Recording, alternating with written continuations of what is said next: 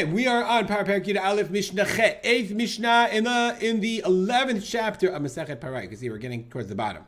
We're talking about the Azov. The Azov is the zatar branch that's used to sprinkle, to spritz the people with the paraduma juice. Azov shehizabo. So if you use this Azov that you sprinkled, you used it for the paraduma, kasher litaherbo et hamitzorah. That's good. You can still use it in the process of the tarat hamitzorah. So as we see in Vayikra Perek Yud Daled, what we do for the mitzorah, the person who has leprosy, when he becomes tahor, so the Kacha Kohen, the Mitari, says take two birds that are alive, ve'etz erez, and a cedar wood, similar, ushni tolat ve'ezov, very similar to the paradum that they burn, but you have to take an ezov. So like, hey, I got ezov lying around, we just use ezov for the paraduma. Says the Mishnah, no problem, you can use that again for the mitzorah. Likto eitzim, it's wet though. Likto eitzim, you say collected branches.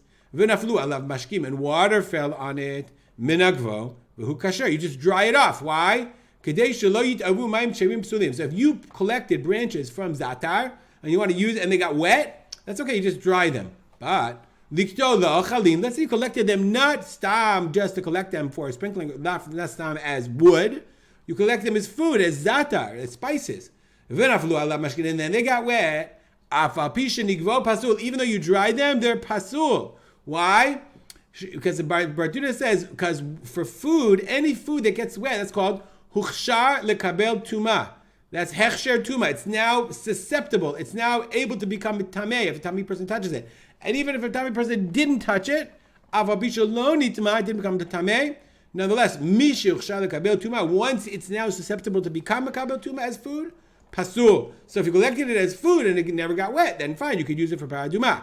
But if it got wet, nonetheless, pasul. Likto lechatat. What if you collected it not as eitzim, firewood or whatever, and not as food, but as for the chatat? You just went to collect it for the purpose of the spritzing.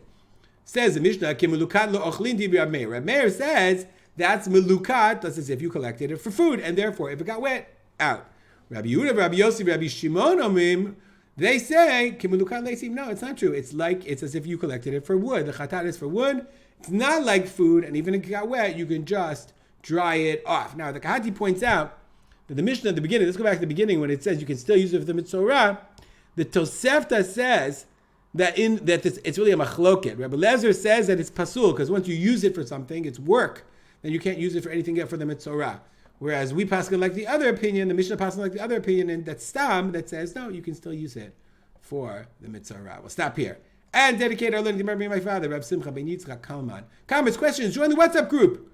Send me an email. Make it a great day.